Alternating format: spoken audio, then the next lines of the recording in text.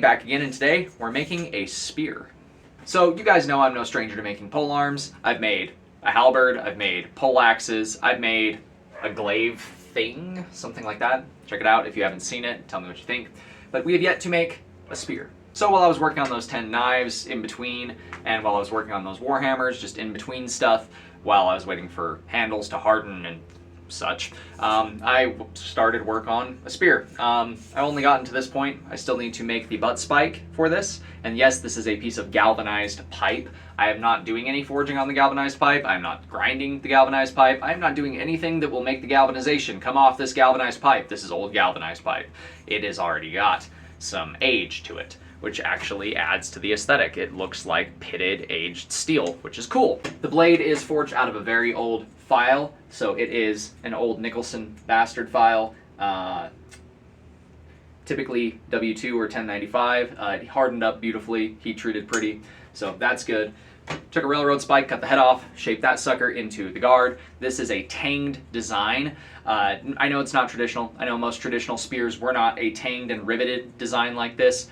I wanted a tanged and riveted design simply because I'm working with galvanized pipe, not wood, as a handle, and I figured it'd just be a lot easier to do a tang and rivet rather than a socket. The tang comes to about here. It's about 3/4 the length of the actual blade itself, and it is about 1/4 inch thick. So it's a rather thick tang. This is a very sturdy design, so this shouldn't snap off or break.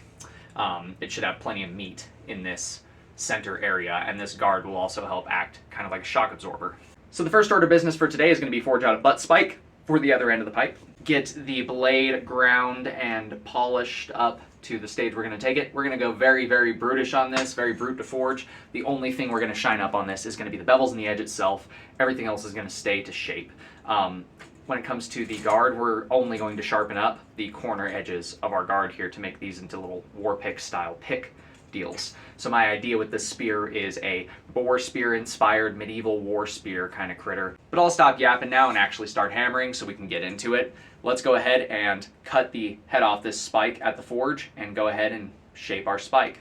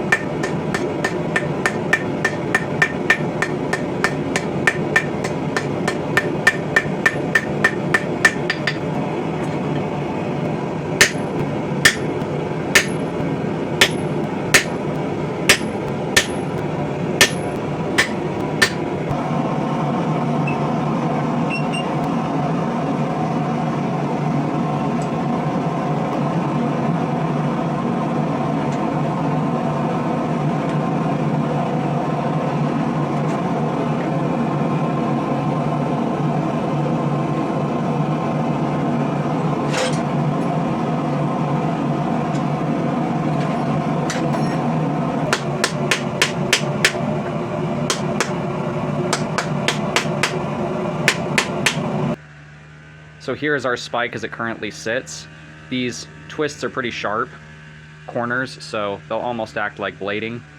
It's kind of a crystal spike to put on the end for the butt spike on this specific spear. So I got the spike mounted inside the shaft here. It was a miscalculation on my part, but I was a little tighter than I thought I was, so I actually had to pound the spike in to get it in there. So I will have to sharpen this up, but I'm just gonna whip out the angle grinder and sharpen that back up. It's definitely gonna be one heck of a spike on the end of this thing. Okay, so let's go ahead and start getting it wrapped. We're gonna do a traditional just tie off here. Take a loop about the length that you want your wrap. So we're gonna go with something like that.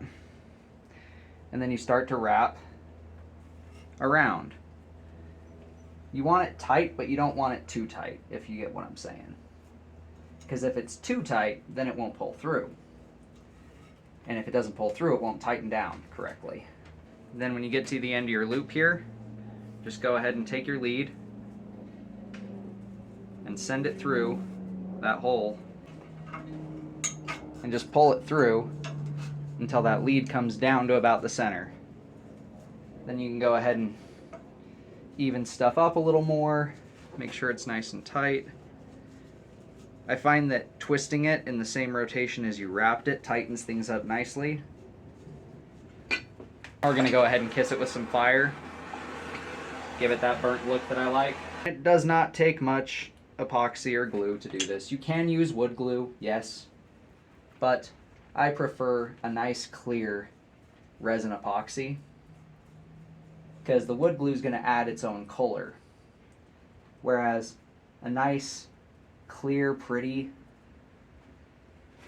epoxy is just going to gloss it a little bit and protect it from the elements. And like I said, this is also going to help quite a bit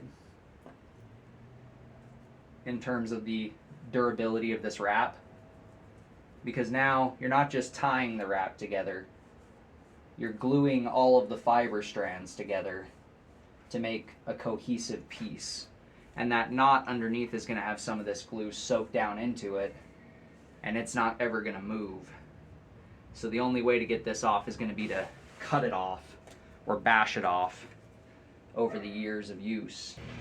So as you can see, I went ahead and put some tassels on here. This is both a decorative thing as well as in the medieval time, when on a spear, if they had tassels, one of the thoughts was, I can't remember which guy wrote about this, I don't think it was Fiore, but it was one of the medieval weapons guys. He basically wrote that the tassels on the end of a spear are meant to make it harder for your opponent to see the spear blade. When the spear blade's pointed right at you, it's very, very thin already, and the guard is pretty thin as well, so it's kind of harder to see right where the guard is. But these tassels, when you're shaking the spear around, they flip around all over the place, so it makes it harder for the enemy to see the actual spearhead itself, to know where this is. You'd think it'd be the opposite, but when this is pointed straight at you, if I'm thrusting, you're going to think that it's further away than it is because of these tassels. So to save you guys a bunch of time, I did not show doing the leather wrappings on either side, and I'm doing a time-lapse sped-up version of how I ground this blade out. This, like I said, is going to look really, really medieval and rough, and it's kind of hard to see, but there are a couple of occasions where I splash some water on this blade to keep it cooled down. It does overheat a few places a little bit, but this isn't a piece I'm going to sell. This is a piece for me personally, and a little bit of overheat here and there is not going to bother me too very much. We are now finished up with the big old spear. Everything is sharp, everything is shiny, and everything is ready to rock and roll. In the next video, we will be testing this crazy spear and seeing how it does in terms of thrusting, cutting, all that fun stuff. So don't forget to like, subscribe, all that jazz. Do that thing right there if you enjoyed the video. And until next time, God bless, stay sharp out there. If you're looking for a custom sharp object, like a polearm, sword, knife, whatever, check out the Etsy store. Link will be at the end of the video.